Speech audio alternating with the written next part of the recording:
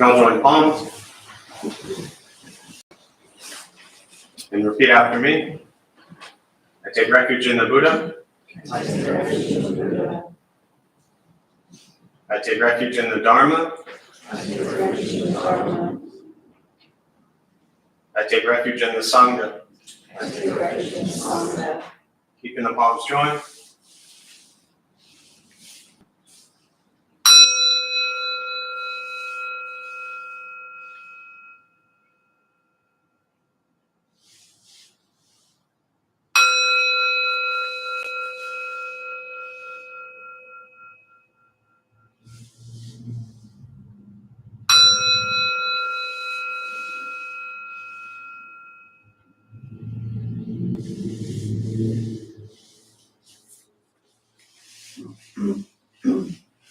Put palms down.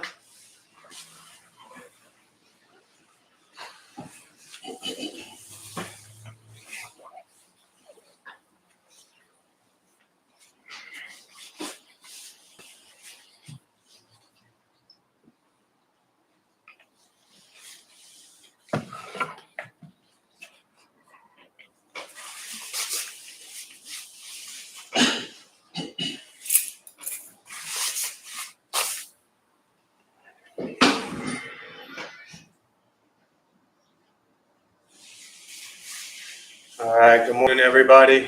Good morning. Nice to see you all here once again. These weeks just fly by, and next thing you know, it's Saturday again. I think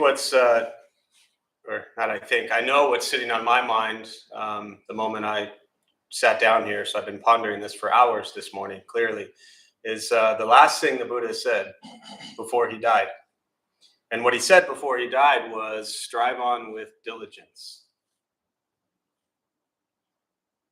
He didn't say be lazy. Last I checked. Now, I wasn't there, and I'm relying on a lot of sources, but the last teaching he gave was not be lazy and everything's going to be okay. He said, no, be diligent. I've left you the teachings.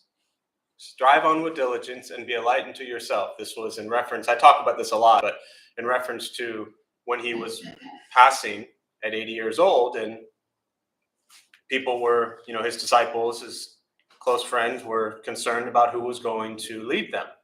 Their great friend, their great teacher, their great master was dying.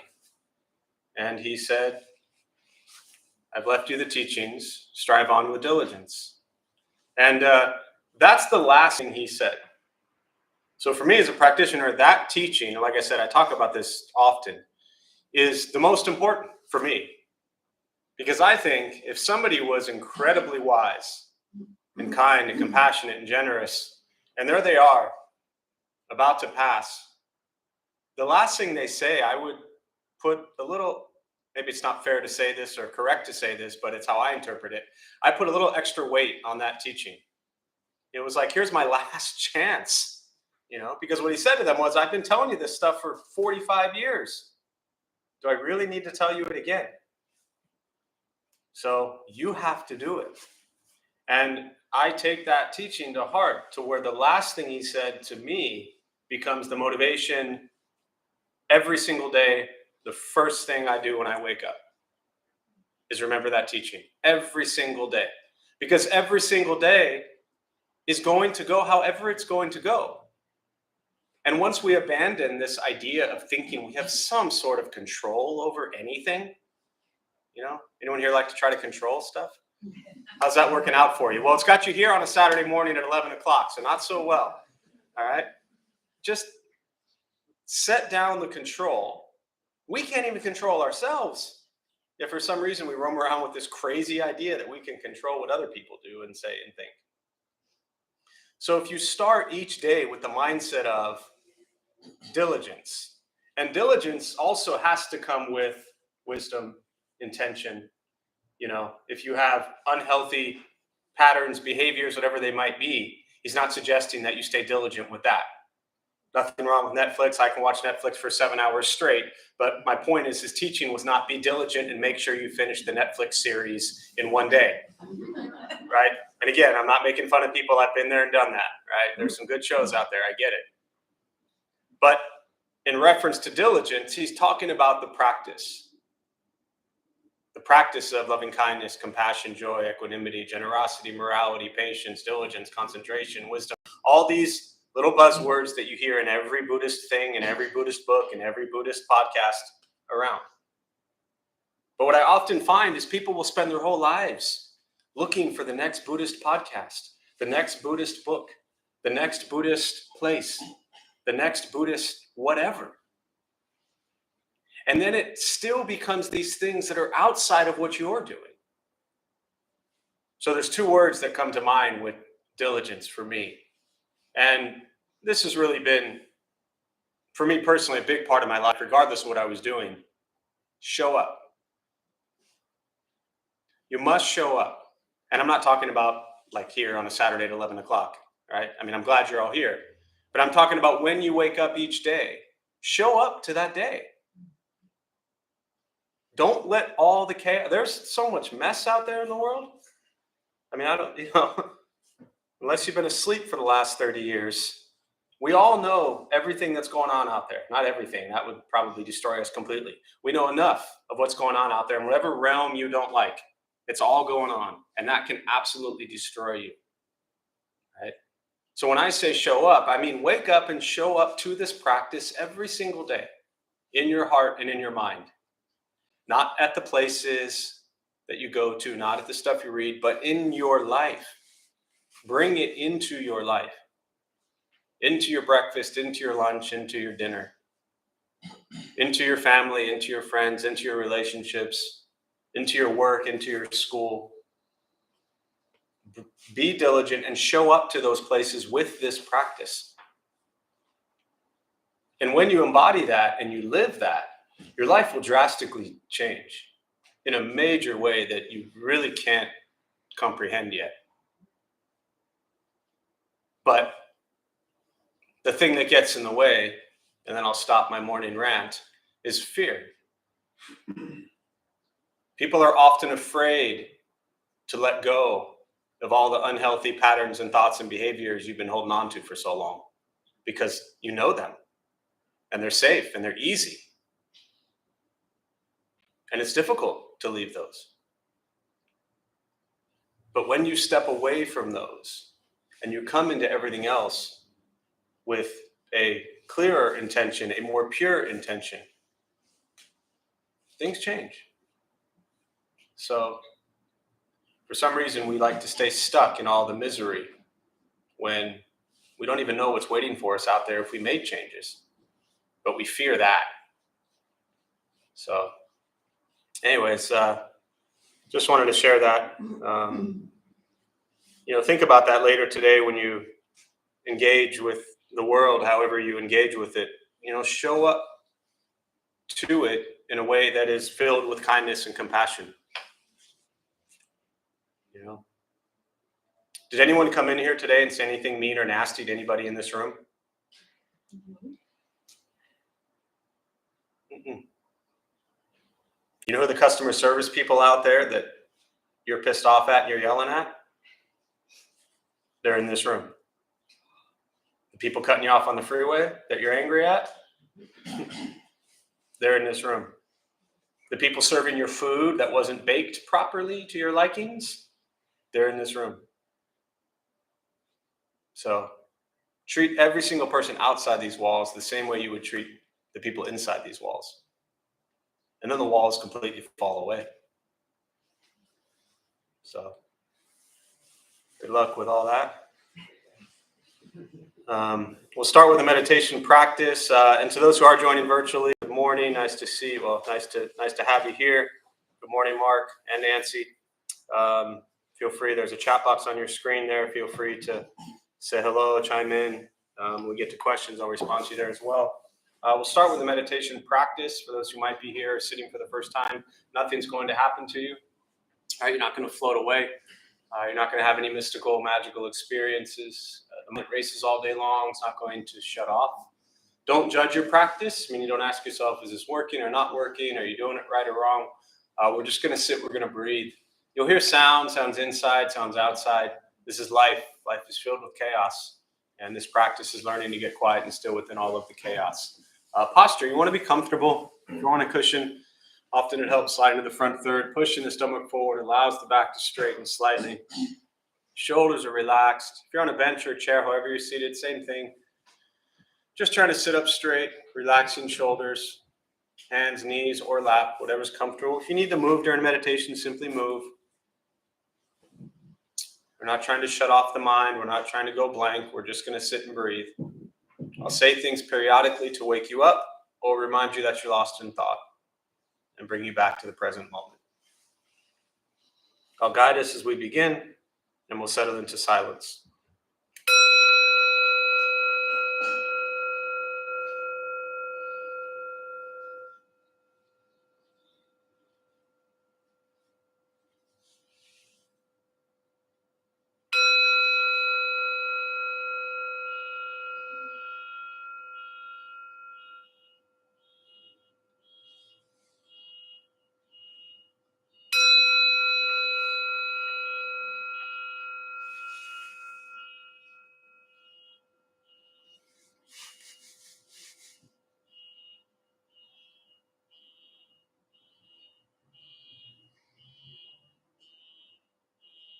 And starting with the eyes closed, if comfortable, or slightly open.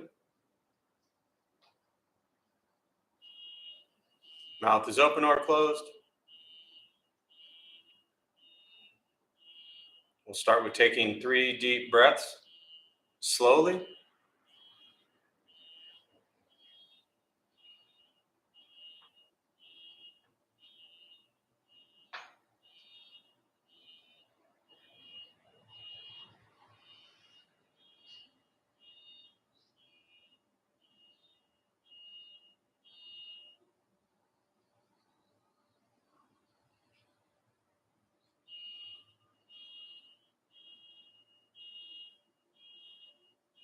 And eventually, settle into a natural rhythm of the breath.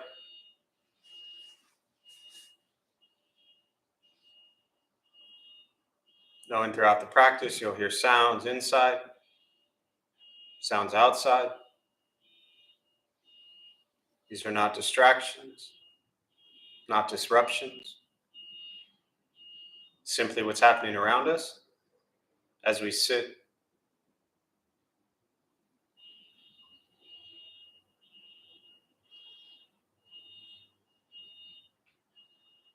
Noticing the mind as it wanders, jumping from thought to thought.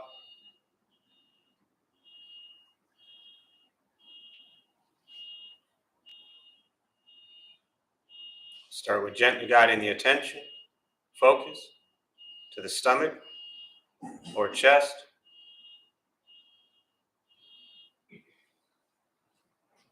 Breathing in, feel them rise. Breathing out, they fall.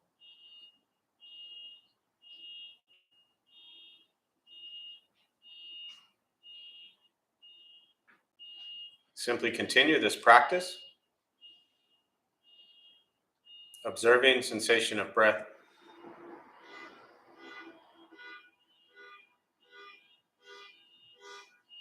Expecting nothing but to sit and breathe.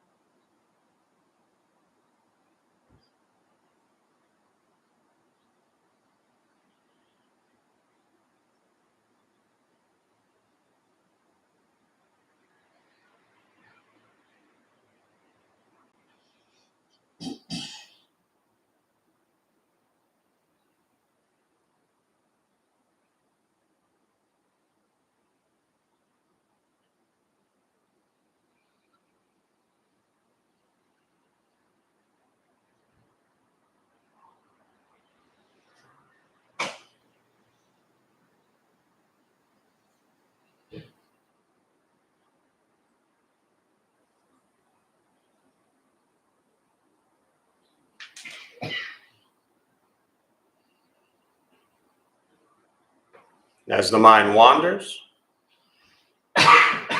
lost in thought, recognize it.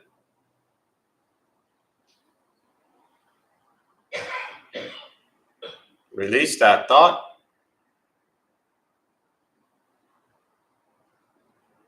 Return attention, focus to the breath.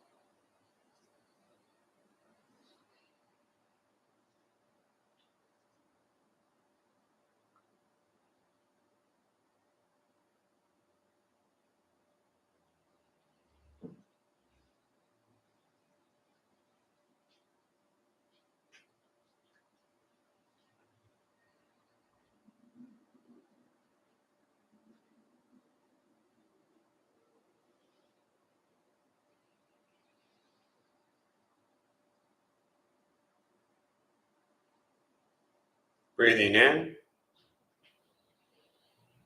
follow breath in.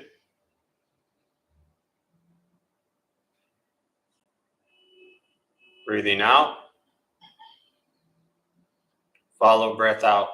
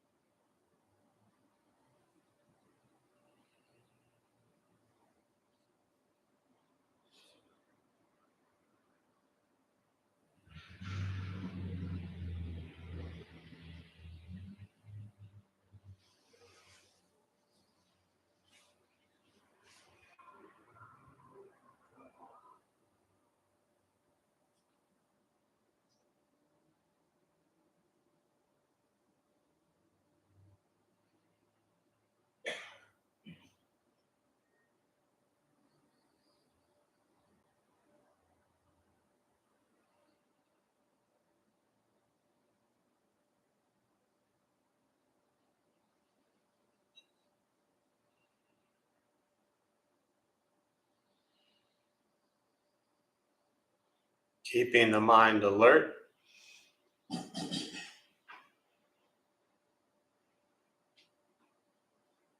aware of each sound,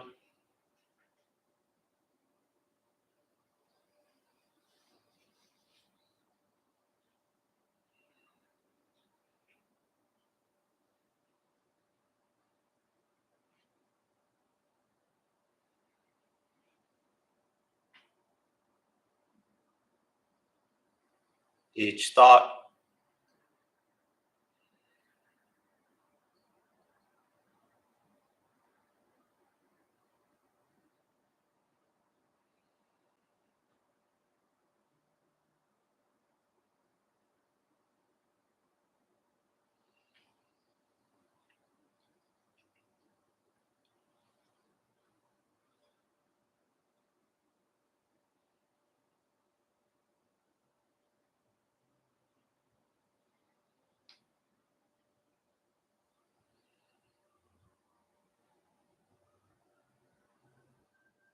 each physical sensation,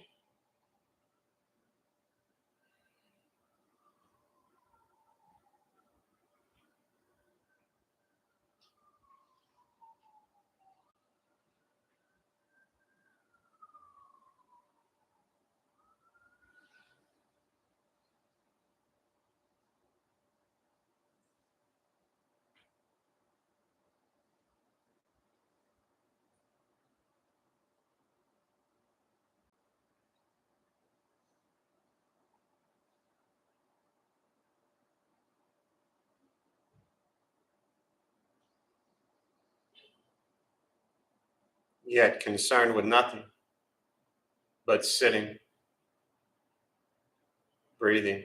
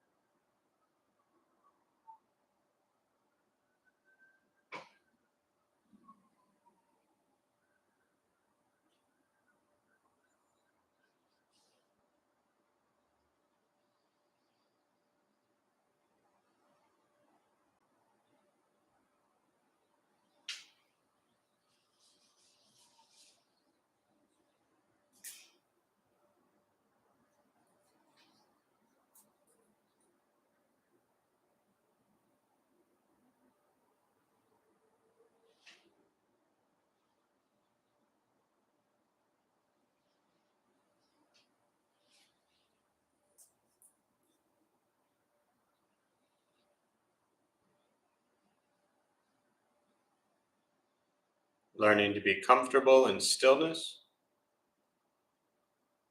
in quiet, just sitting, breathing.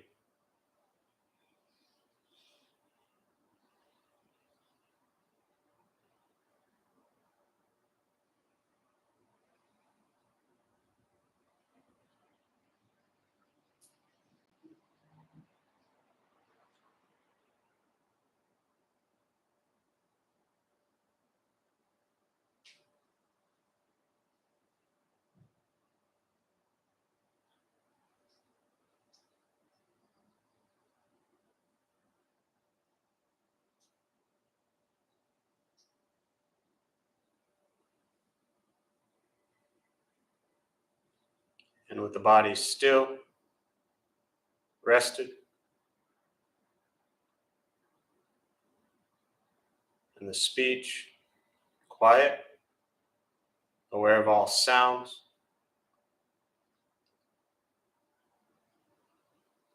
and the mind learning to settle,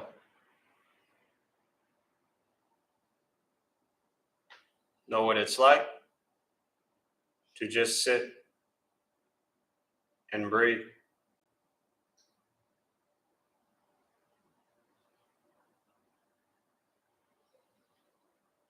Knowing with each breath, there's nothing else to do.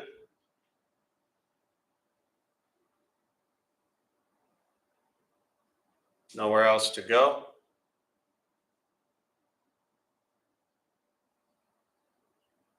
And no one else to be.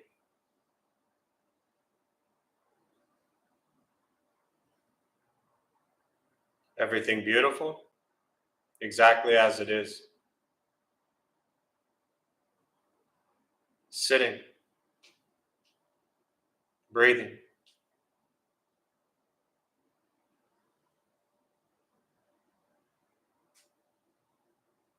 And once again,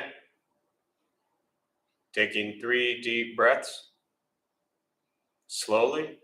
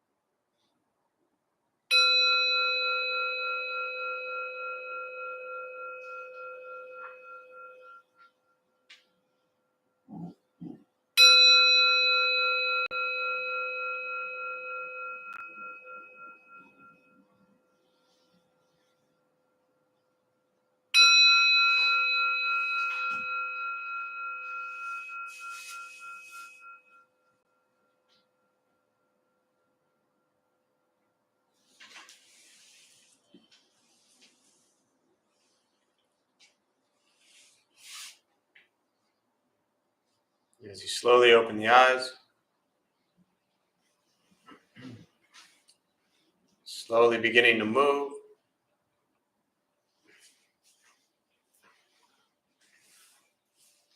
And most important, with the practice of meditation, is to recognize how you feel now, immediately after.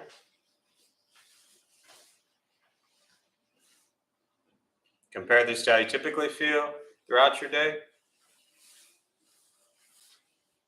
Recognize the difference, if there is one.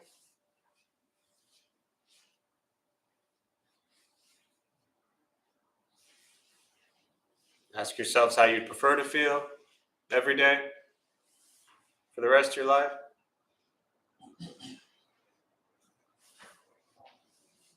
And realize however you feel now, if it's quiet, calm, and still,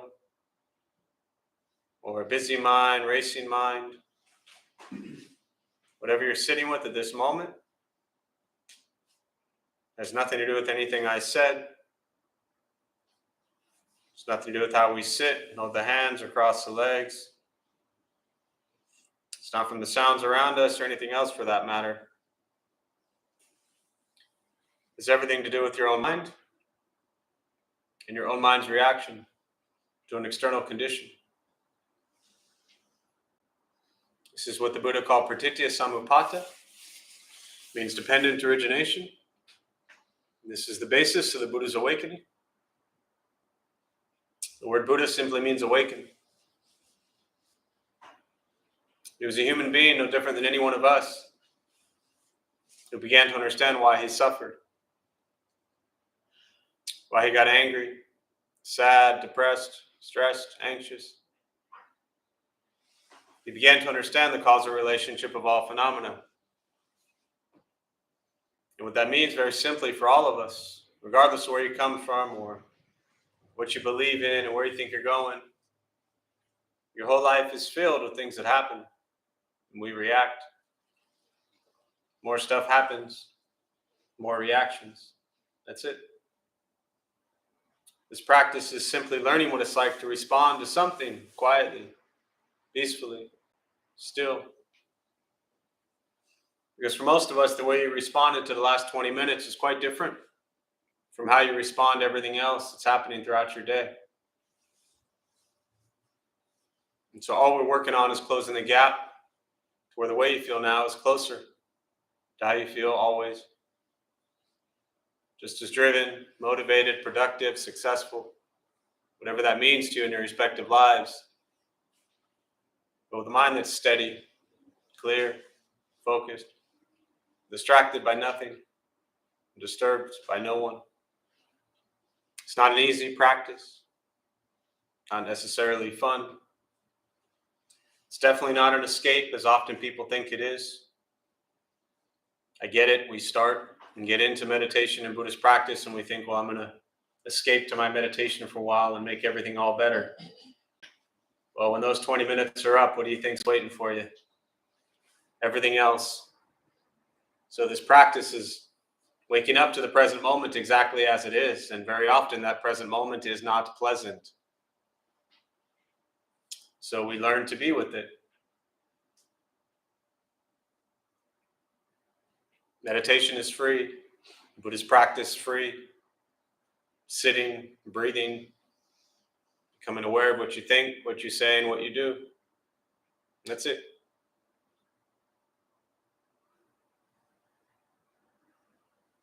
But it's a practice.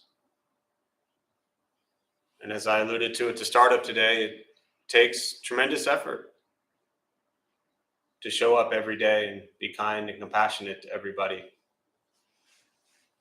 Especially when we can sit there all day long and point fingers at everybody else who's not kind and compassionate. And then, of course, not that any of you would do this, but then, of course, justify and excuse why it's okay for us to be a certain way. You know? It's tough. So, for me, the beauty of this practice is it never changes. It's not complicated. For those who are new to Buddhist practice, it might seem, actually for most people who are new, it often seems very overwhelming and confusing. 2,500 years of teachings and different cultures and language and traditions and schools and lineages and teachers, masters, nuns, monks, gurus. There's a whole list, endless books of reasons to think that this practice is like difficult to understand what to do. You know, often people say, like, where do I even start? You start with being nice. That's where you start. If you can just be nice to yourself and everybody else you encounter, you have conquered one of the most difficult Buddhist practices there is, which has been shared and said a billion ways over 2,500 years. Just be nice. That's it. So what you'll find with Buddhist teachings is it ends up being, for the most part, everything that many of us were taught when we were 5 years old. We just didn't pay attention, didn't listen, didn't care. I'm only talking about myself with that part. So, yeah. So with that, I'll pause. Spend the rest of our time this morning with questions. Anything that's on your mind, meditation, Buddhist practice. And again, for those who are joining virtually, welcome. Feel free to put any thoughts or questions in the chat box there, and I'll do my best to respond as well. So open up to questions.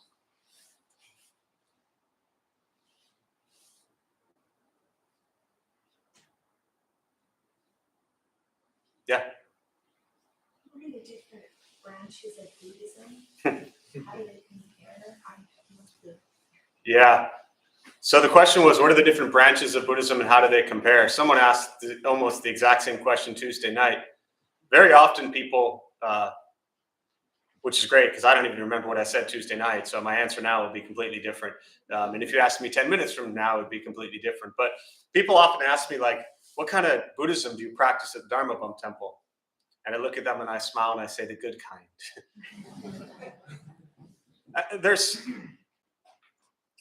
I'll put it to you this way.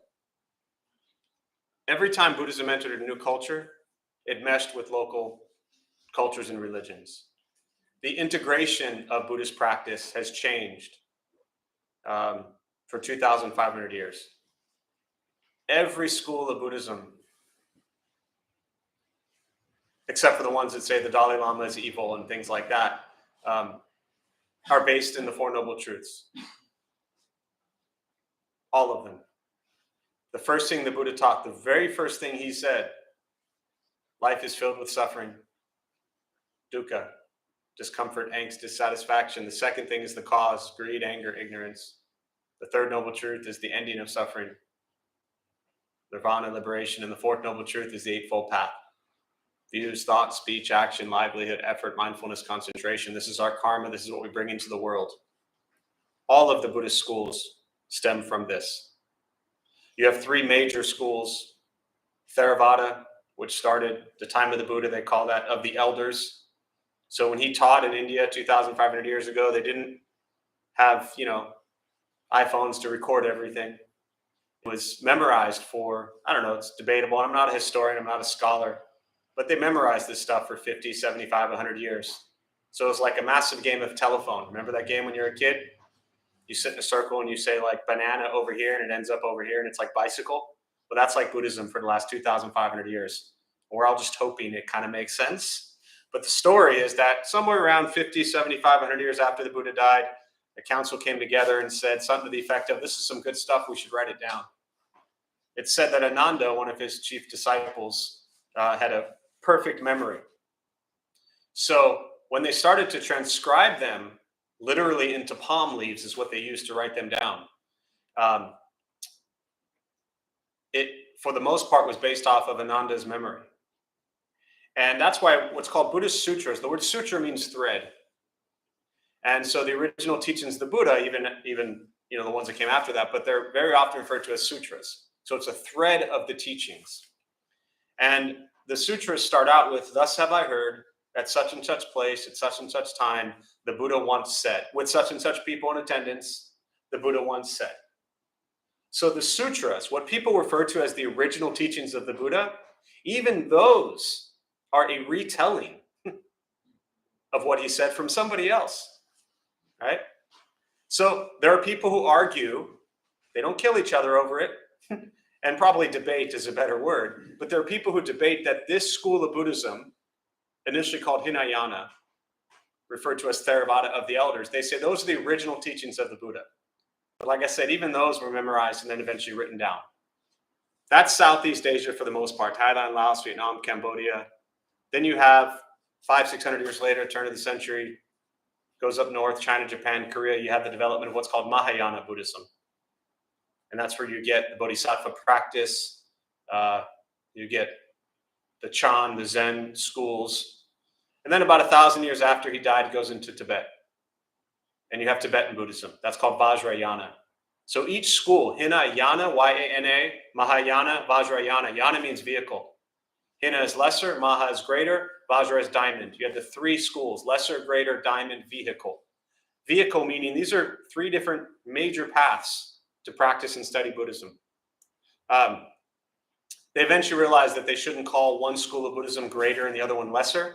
That's a very non-Buddhist thing to do. So they changed Hinayana to Theravada, which means of the elders. So you often refer to people called Theravada in Buddhism.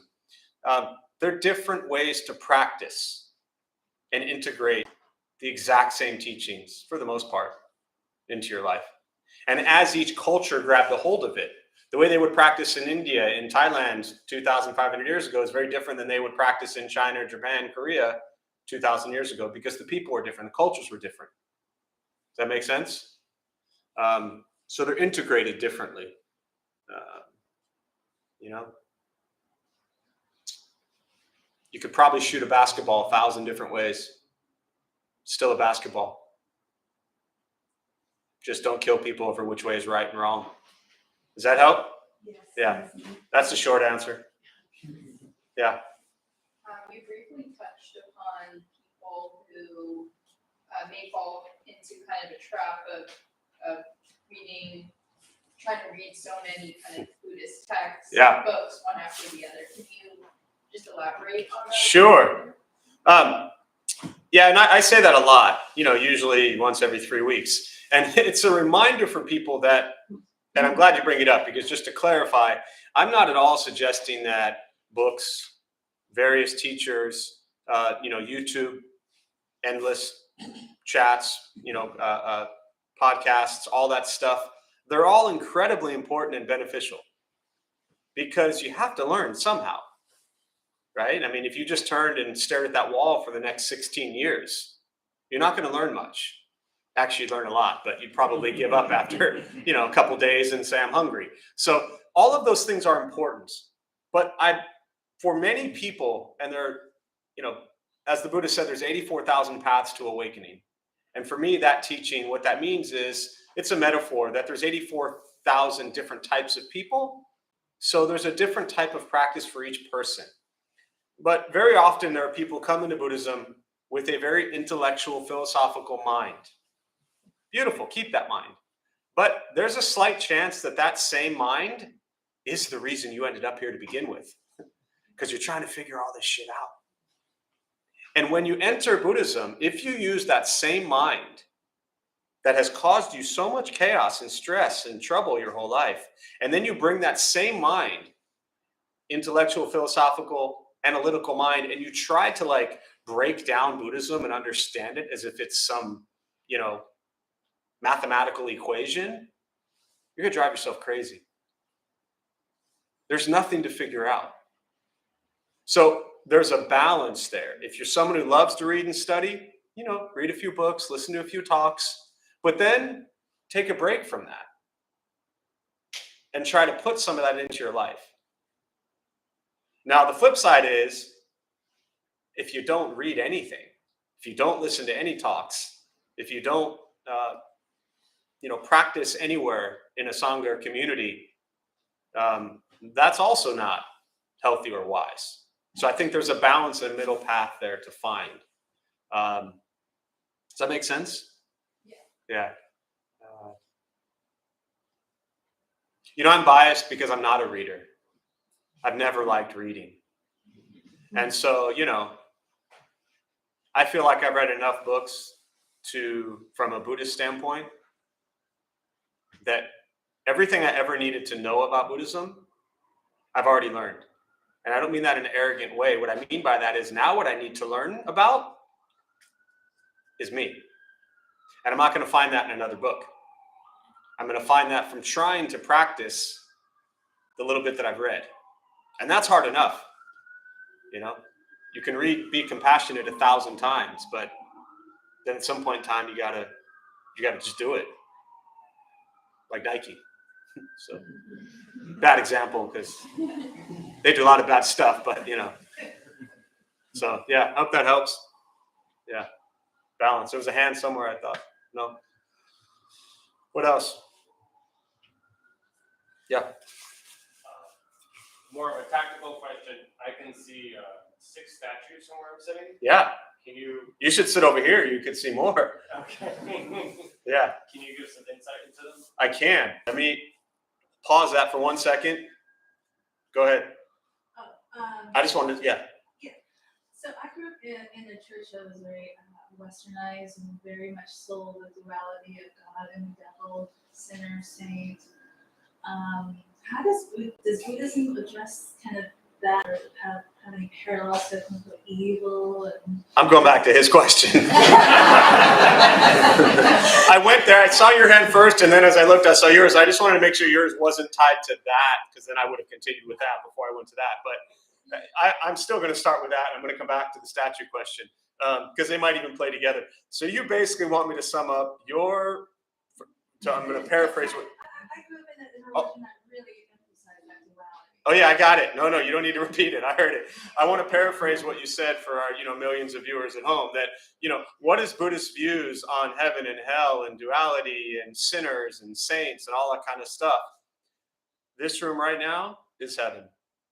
This room right now is hell. This room right now is filled with sinners. This room right now is filled with saints. Buddhist teachings is understanding the ultimate practice of non-duality. That is a very core, I hate to use the word based on the way you asked the question, fundamental Buddhist teachings. Or teaching, I should say. The entire body of what's called, I mentioned, and I'll come back to the heaven, hell, God kind of stuff in a minute, but let me finish this for a second. Kind of going back to the different schools of Buddhism, the Mahayana Buddhism, Diamond Sutra, Heart Sutra, very specifically, the heart of those teachings is non-duality. Right? Now, the Buddha was a prince. He was not a god. He lived in India 2,500 years ago. You aware of this part? So people asked him at that time in India, 500 years, this is before Christ. Often people say, what did Buddha think about Christ? Nothing. Christ didn't exist. It was 500 years before he was born. So that was a very short conversation. But they did ask him about gods and goddesses because India had endless gods and goddesses. Vishnu, Shiva, Brahma, Lakshmi, Saraswati, Parvati, you name it. They were all praying to gods and goddesses. And they would ask the Buddha, please, what about gods and goddesses? And he said, if you believe in them, you believe in them. If you don't believe in them, you don't believe in them. That's up to you. He said, I'm just a guy. I'm just a human. I can't tell you about gods. I'm not a god. I can tell you how to be nice. Years ago, a friend of mine was Catholic, still Catholic, and she got into Buddhism. She referred to Buddhism as a software upgrade. She said it brought her closer and deeper to her Catholic faith. And I think that was a beautiful application of Buddhism. Being Buddhist isn't about leaving. I'm Jewish, right? I mean, you don't really leave Judaism. You're stuck no matter what. So Buddhism is not about leaving Judaism, Christianity, Muslim, Catholicism, Christianity. Look around the room for a minute. How many Buddhists are in this room right now? There's always 1 to 2.5 hands. And I saw do I pull my hand out of the pocket or not? I'm not sure. There's that. I'm not sure. But the people here aren't Buddhists. Buddhists don't care if you're Buddhist. Someone asked the Dalai Lama one time, does this country need more Buddhists? Referring to the United States. He said, the world has enough Buddhists. This country just needs more people that are peaceful and happy. Let's stop killing each other. Let's stop shooting each other. Right? Buddhism does teach on and touch, and not because Buddha created this stuff, but the Buddha was Hindu. Siddhartha Gautama was his name. He was raised Hindu. And in those teachings at that time, you have the belief in rebirth, reincarnation, continuation of consciousness. Different schools refer to it differently. And so there are heaven realms that you can be reborn into. There are hell realms that you can be reborn into. Most Western Buddhists, they don't want to get into all that stuff. They're just like, I just want to calm down, be less stressed, and make more money and be cool. Most Western Buddhists aren't into like all that rebirth stuff. Here's a shocking fact for y'all. If you were, it might change your behavior. Because the Buddhist hell realms, they're just as bad as the Catholic and Christian hell realms. I'm guessing. I don't really know what those are like. But I have a lot of friends who tell me I'm going there, so I guess I'll find out. Jewish, Buddhist, you're screwed, right? Straight to hell. Buddhists are whatever you believe in, don't believe in. There's no contradiction from the Buddhist side of things. Does that make sense? Yeah. We get a lot of people who, more younger, who are like running from religions. Everybody comes to Buddhism later in life from a different religion.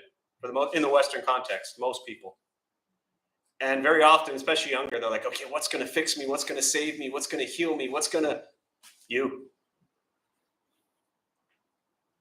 Just you. Buddha can't help you. He died. First thing I said today, he left you the teachings. You're on your own.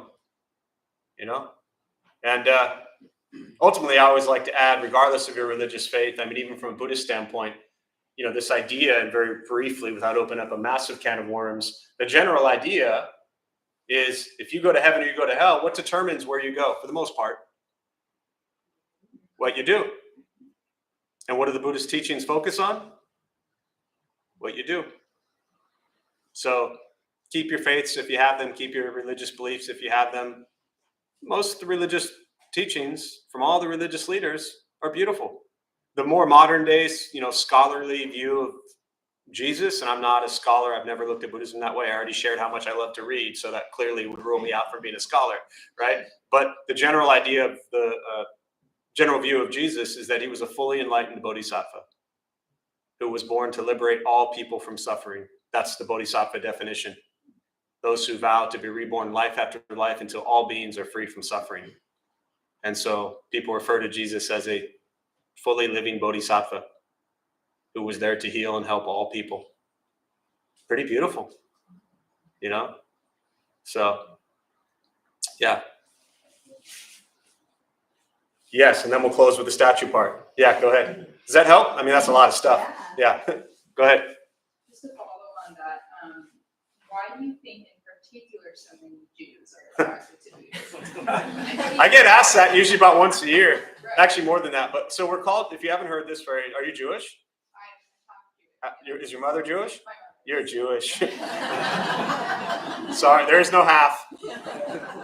I mean, I get it, but yeah, in the Jewish tradition, culture, the belief is if your mother's Jewish, you're Jewish. So a blessing and a curse, as I always say. So the funny thing is, you go back to the 60s, and there are three incredible people: Sharon Salzberg, Joseph Goldstein, Jack Kornfield. Sounds like a Jewish law firm. Goldstein, Salzberg, Kornfield, right? They built what's known as Insight Meditation Society, IMS. Those three, for the last 60 years, have done more for Buddhism. I mean, it's not fair to say more than anyone, but as much as anyone for Buddhism in this country. There's a great story about them that I heard Sharon Salzberg tell the story roughly one day. My memory of it is that they would hang out in their VW bug, waiting for a letter to arrive, inviting them to go teach somewhere. They were in Barre, Massachusetts, and they get in their VW van, or not bug, in their van, and then cruise to where they were teaching. So I picture the three of them, young hippie kids with their VW van. I'll leave it at that, and going off to teach the Dharma. But so we're referred to as Jews, Jewish Buddhists. Jews love Buddhism. The largest percentage of Buddhists in this country that come from other religions come from Judaism.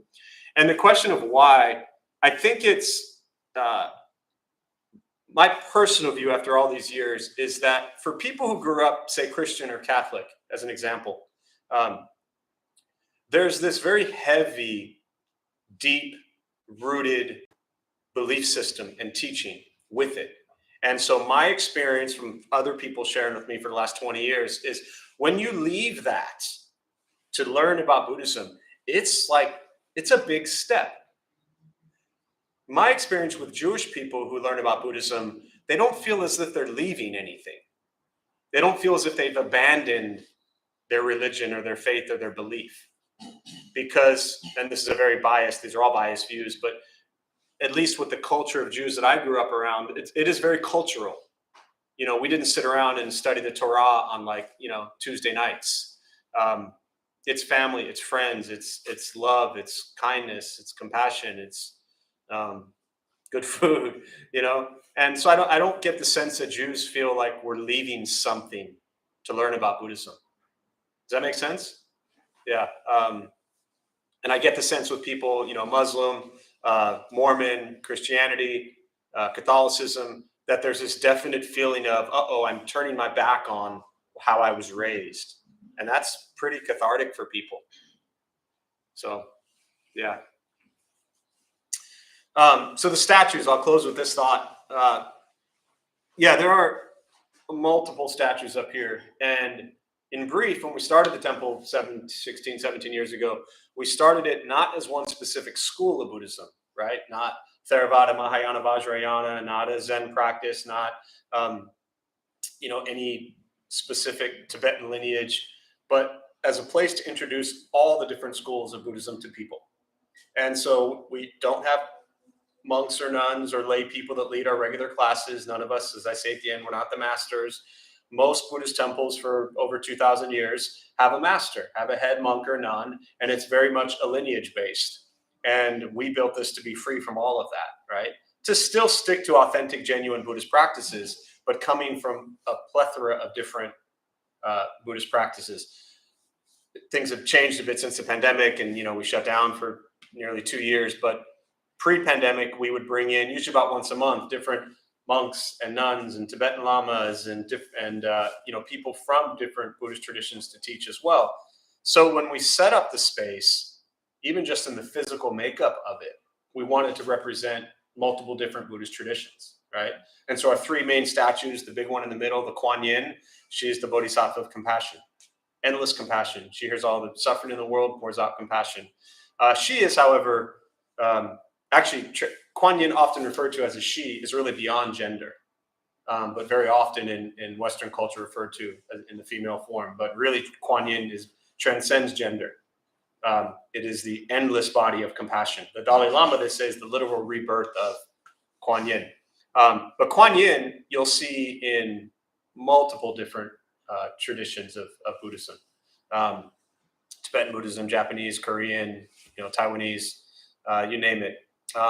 Same thing here. We have Samantabhadra, the one on the elephant, represents great diligence. This is Manjushri, represents great wisdom. So these are very traditional for us, coming from a Taiwanese Buddhist background, very traditional Taiwanese stuff.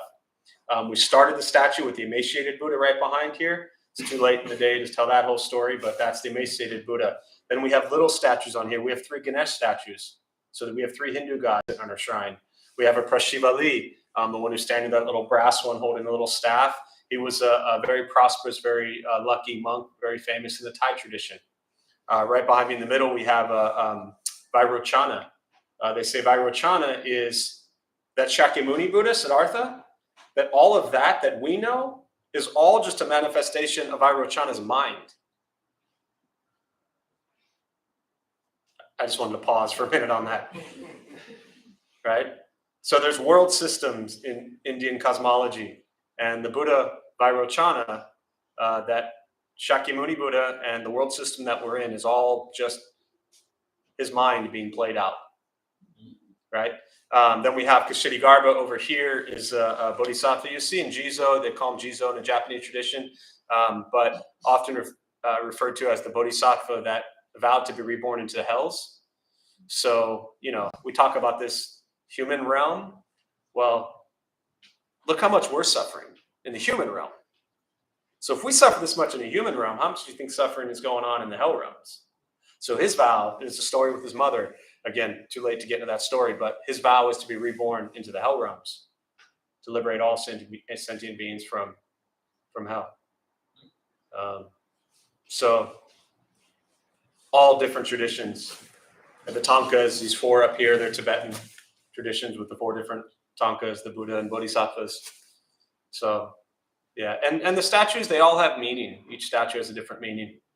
Does that help? Does it start? Yes. Yeah. Yeah. Anything else? I'm going to close on that.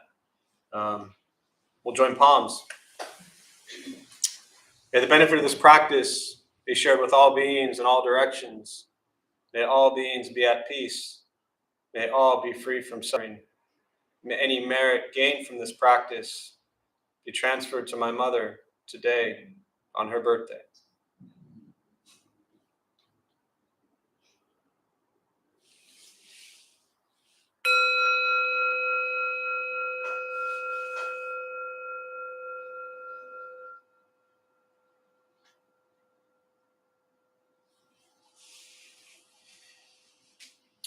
And I have a few quick announcements, then one special request before you go. So thanks all for being here. My name is Jeff. I'm a Dharma bum. We opened up this temple 16 plus years ago to introduce Buddhist practice to those who show up. Those of us who lead, we're not monks, we're not nuns, we're not gurus, we're not masters, we're not teachers, we're not looking for students, we're just practitioners. We do our best to take our understanding of Buddhist teachings and put it into terms that hopefully make sense to those who show up. Every night we have different practices going on, different people leading from different Buddhist traditions. Recovery Sangha, someone battling addiction, drugs, alcohol, we've had the last 12 years, meets a couple times a week. We started our food redistribution program again, every Thursday, 5 o'clock. I mean, talk about showing up, like just show up here Thursday, 5 o'clock, make peanut butter and jelly for an hour, go downtown and feed people. Those 2 hours will be way more important than what we just did here. I promise you that. And any sort of service that you do, but I'm just saying that's an incredible practice. We do have, I teased you all with it, maybe a month or so ago, and should have an announcement out hopefully later today or tomorrow, but we will be starting a new program we've never done. It's similar to our Dharma Bum Life program, but it'll be an engaged Buddhist Bodhisattva training program. That's a mouthful for you, but in essence, it's going to be an opportunity to start putting practice into work. So it's one thing to sit and meditate and get yourself all calm and peaceful. It's another thing to realize that people need your help. So let's do what we can to help them. So one announcement. Eric, do you have an announcement you'd like to make? Sure. Shall I come up? Sure. This is Eric. Hi everyone, I'm Eric. I'm also half a Jew. So you may have heard his announcements previous month that the temple was starting a Sangha social group. So the Sangha social group will be hosting monthly events ranging from park outings, hikes, picnic, cafe hangs, museums, other temple visits probably. Our very first event is tomorrow, and at the Crest Ridge Ecological Reserve. It's in East El Cajon. It's a little further than some local parks, but supposedly parking is easy and it's pretty pretty. We'll hang out in a beautiful oak grove for a bit, possibly do like a brief 1-minute presence meditation. Some of us will move on to an optional hike. If you're going to hang out in the grove, we recommend bringing a chair. There is a chance of occasional light drizzle, so dress accordingly. For those who live near the temple here, we will meet out front at 12:45 and work out some carpool situations. Or you can just meet us by the park entrance at the end of Horse Mill Road at 1:30. Thanks, everyone. Thanks, Eric. And all that info, if you didn't memorize all that, is on the website or Facebook group or on the wall outside there. And I have one last request. I've never done anything like this, and if you're uncomfortable with it, I totally understand. But as I did the transfer of merit, you probably all heard, today is my mother's 79th birthday, and there's nothing she'd rather have me doing right now than being right here. So I haven't abandoned my mother. Don't worry. I'll be headed there later today for our nice Jewish DZ Aikens dinner. But would you all sing happy birthday to her? And I promise you, I give you my word, this is not going to be a social media post. This isn't going up on Instagram. Elon Musk is not getting a hold of this. I want to film it and I want to show it to her, and then that's it. So, if you want to hide, you can hide. But if you're okay with that, it'll just put her into tears. And, at 79, you just don't know.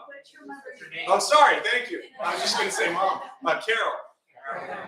So. Are you going to give us a note? What's that? Start with a note. We're singing, right? Yeah. You're gonna start us off. Happy birthday to you.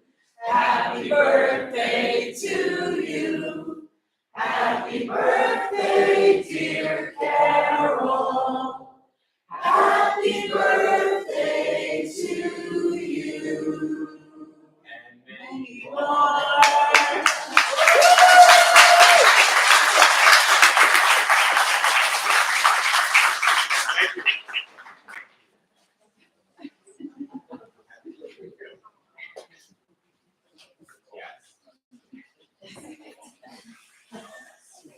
Oh, that was so beautiful. Maybe we'll go on Facebook. I don't know. What's that?